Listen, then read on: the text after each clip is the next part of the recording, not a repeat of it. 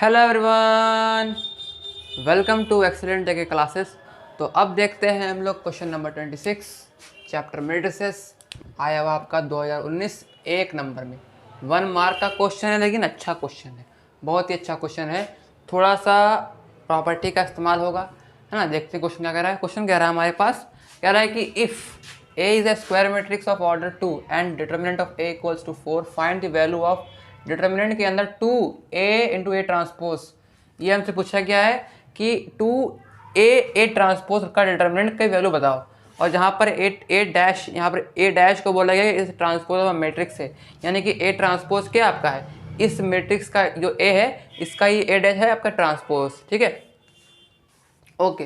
तो हमको पता है, हमको इसका हम लोग देखते हैं सॉल्यूशन। ठीक है, तो हमको निकालना क्या है, हमको निकालना हमारे पास जो ऑर्डर है, ऑर्डर को हम डिनोट करते हैं हम लोग एन से। तो एन हमारे पास कितना है, 2 है।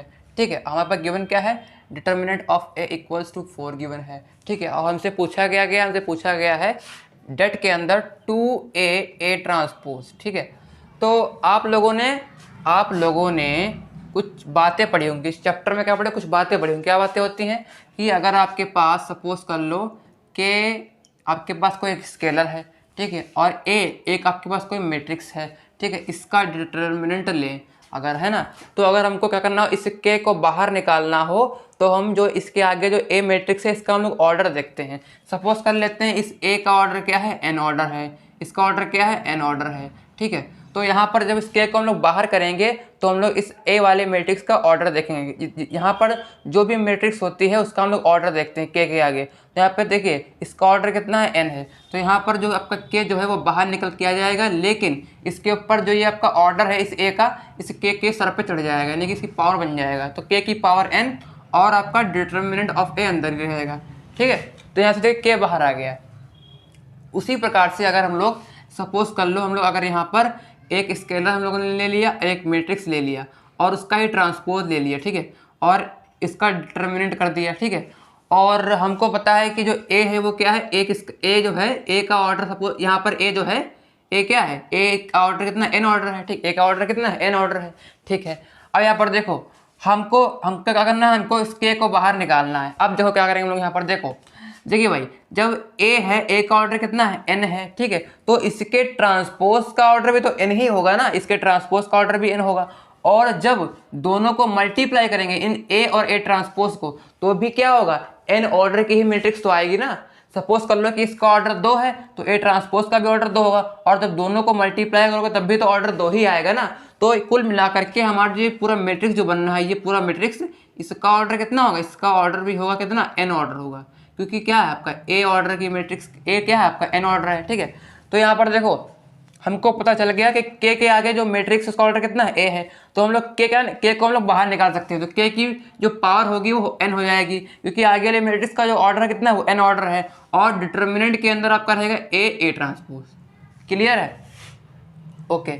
और हमको ये एक और बात पता है कि अगर हम लोग ए ट्रांसपोज को हम लोग ऐसे लिखें तो इसको हम लोग क्या कर सकते हैं, इसको हम लोग अलग अलग कर सकते हैं। यहाँ पर देखो ए और इंटू ए ट्रांसपोज। ठीक है, ए इंटू ए ट्रांसपोज। ठीक है, ये 3 बातें आपको पता होनी चाहिए। ठीक है, और एक 4th बात ये है कि ए जो होता है डिटर्मिनेंट ऑफ ए, वो किसके बराबर होता है, आपका डिटर्मिनेंट ऑफ ए बराबर होता है ए ट्रांसपोज का डिटर्मिनेंट। ए ट्रांसपोज का डिटर्मिनेंट के बराबर होता है। आपको मैं एक एग्जांपल देता हूँ। सपोज कर लो हम लोग एक एग्जांपल देते हैं। सपोज कर लो कि हमारे पास एक मैट्रिक्स है ए मैट्रिक्स है, मान लो 2 1 2 और 3 ले लेते हैं। ठीक है, इसका ट्रांसपोज निकालिए भाई, इसका ट्रांसपोज निकाल के देखो, ए ट्रांसपोज क्या करेंगे लोग, यहाँ पर रो टू कॉलम कर दो, रो टू कॉलम, तो 2 2 1 3। ठीक है, 2 2 1 3। ठीक है, अब इसका तुम क्या कर लो, इसका तुम डेट ले लो, डिटर्मिनेंट ले लो। तो A transpose, sorry, A determinant of A, 3 2 जा 6, 6 - 2 4। ठीक है, इसका ले लो डिटर्मिनेंट, ए ट्रांसपोज का डिटर्मिनेंट, 3 2 जा 6, 2 1 जा 2, तो 6 - 2 4। देखिए भाई दोनों क्या आ रहे, दोनों बराबर आ रहे हैं। यहाँ पर देखो ए इक्वल टू ए ट्रांसपोज के बराबर आ रहा है, यानी कि ये क्या हो गई, प्रूव हो गई है। ये प्रॉपर्टी अब क्या हो गई आपकी, ये प्रॉपर्टी आपकी प्रूव हो गई।